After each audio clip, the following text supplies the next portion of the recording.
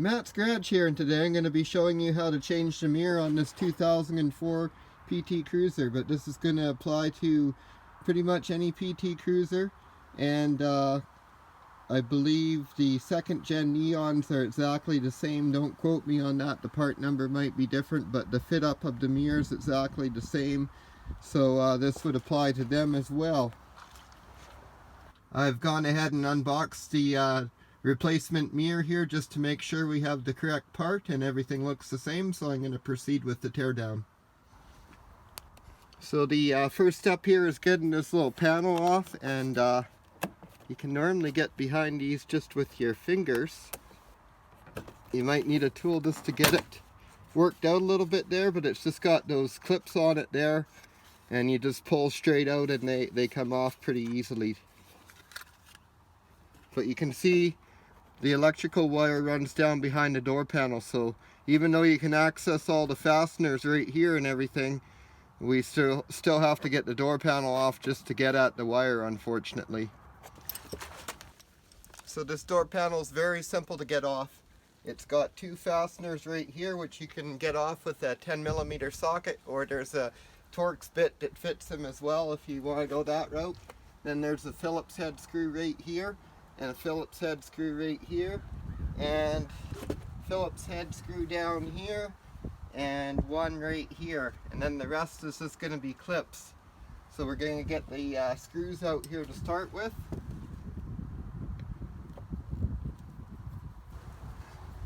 So with all those Phillips head screws removed, now what you want to do is remove the two 10mm fasteners here, and there's always going to be a couple larger fasteners right where the armrest is, just to give it strength when you're pulling the door shut. So you can almost be guaranteed of that on any car.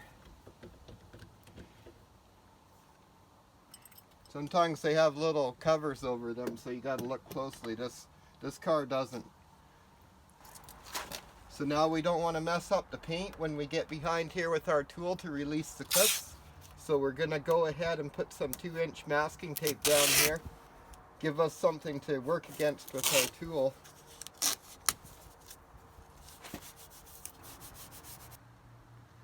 So now that we got our perimeter taped off here so we don't scrape anything up, we've got our options for tools that we're going to use to attack this, but I think I'll use this to start with because it's got a nice wide area, and these clips are quite deep in there and hard to spring, so I don't want to damage anything. These other ones. So I noticed the panel's already sprung out a bit there. This panel's been off before, so there's a good chance some of these clips aren't quite set.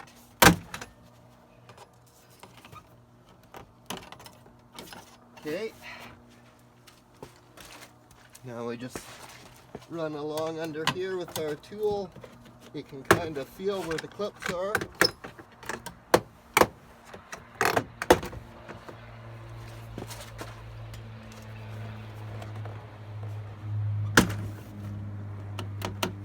Then make sure your lock is in the down position.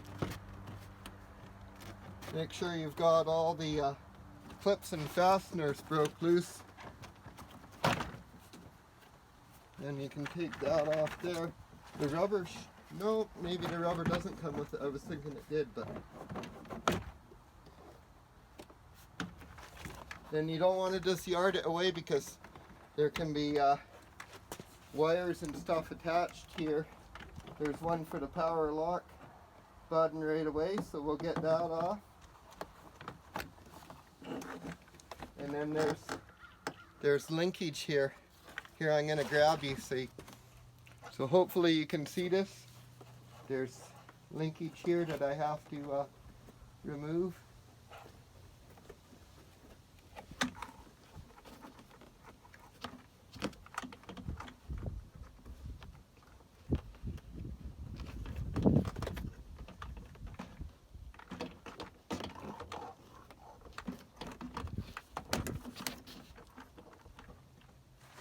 Okay, and there we go. So that was what I was removing there. And this little thing you have to, it's snapped up onto the shaft of the little rod here, so you have to push down and break that free, and then you can pull this straight out of it.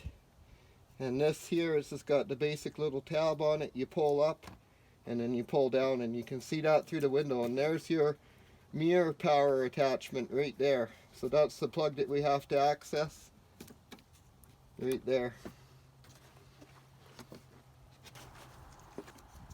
So we've got our power wire off, and honestly you may be able to just unclip this if you're ready to take the mirror off. Unclip it, especially if you had a helper, and just hold the panel out, then you wouldn't have to disconnect this stuff. But I just wanted to show you how to do that anyways.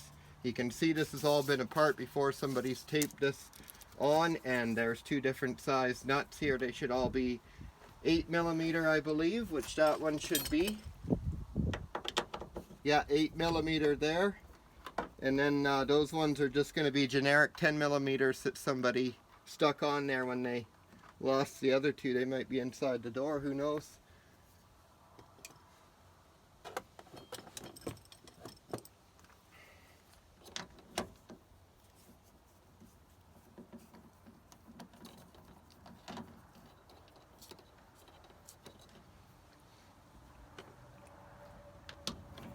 So often the mirrors have some sort of a clip to hold them in place even once you undo the fasteners, but it's always best to reach around and hold the mirror on the last fastener anyways.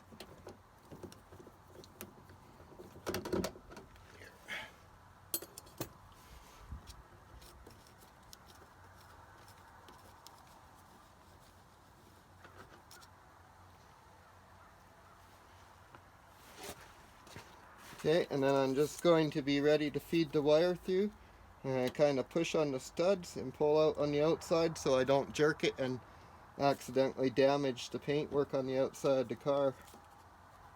Because as I said, there is a bit of a clip there holding this back. I'll just reach over. You want to avoid this reefing on it because you might scrape something if you do. So there we go, and the only reason we're changing this mirror is my mom was recently hit, and this was scuffed up in the accident. So as part of the repair that was supposed to be replaced, but they were delayed getting the mirror in at the body shop. And I just offered to put the mirror on for them so I could do this little video for you guys. Figured it would make a nice little video. It might help somebody out. Okay, so we're going to be installing the new mirror on there. Authentic Chrysler mirror here.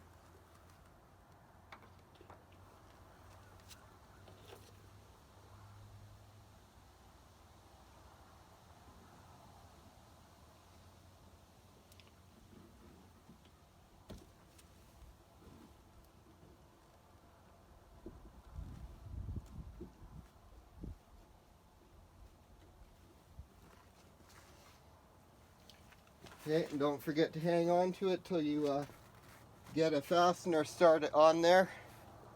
I'm going to start with the top one here.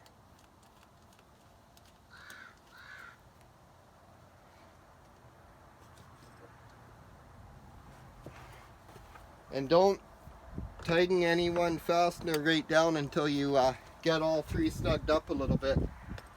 You could break it. It's just plastic. These studs just go into plastic, so they aren't that hard to break if you over torque them.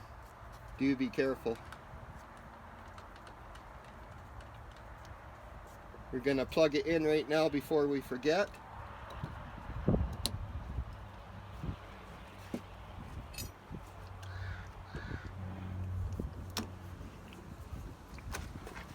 Just make sure that as you're snugging it down, it's all lining up on the outside and that the seal hasn't caught up or anything.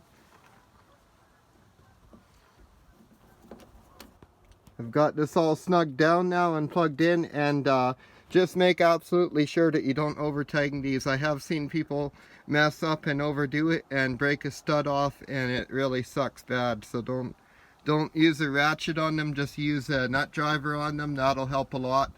And as I said, check your alignment on the outside. Go around and look at how it's fitting down. This one sticks out a little at the front, but I've wiggled it around as much as I can, and that's as good as it gets. So sometimes perfection just can't be achieved, but it is sitting down against the seal everywhere, so it'll have to do. So going back on is just a reversal procedure basically, so I won't cover it too much here, but the only advice I'll give is make sure these clips are all in their right place, that none are missing or broken, and if that's all good, everything should line up and go on good. So it's the same thing, you just got to hook up what you unhooked, the linkage here, push it back in,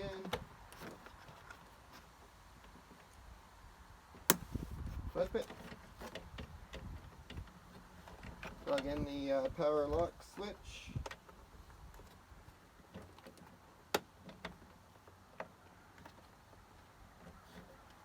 now especially if this is somebody else's car, you would want to function test the mirror before you even put the panel back. I'm not going to. It's my mom's car, so I'll be driving it back to her and I'll test everything then.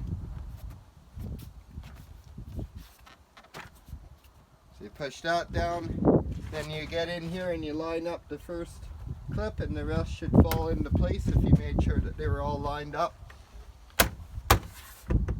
Just make sure they're all pushing down, and you just go around and give it a good smack. Don't be afraid to smack it a little, because that sets the clips down to their max depth, and then they hook so they kind of stretch in, you know. So it looks like I'm being abusive, but see, now that's fitting a lot tighter there than when we took it apart. Now sometimes different screws are different lengths for different reasons. You don't want to be hiding something inside or whatever. So just pay attention. These all happen to be the same, other than a few of them are mismatched because somebody's had this apart before. So I'm going to put them on the bottom where they won't be noticed as being different. Now the very last thing is just to put this on. Pretty simple. Line it up. Give a good push. Done. Thanks for watching Matt's Garage. I hope this video was helpful to you. Don't forget to like and subscribe for more. Oh, this looks deep.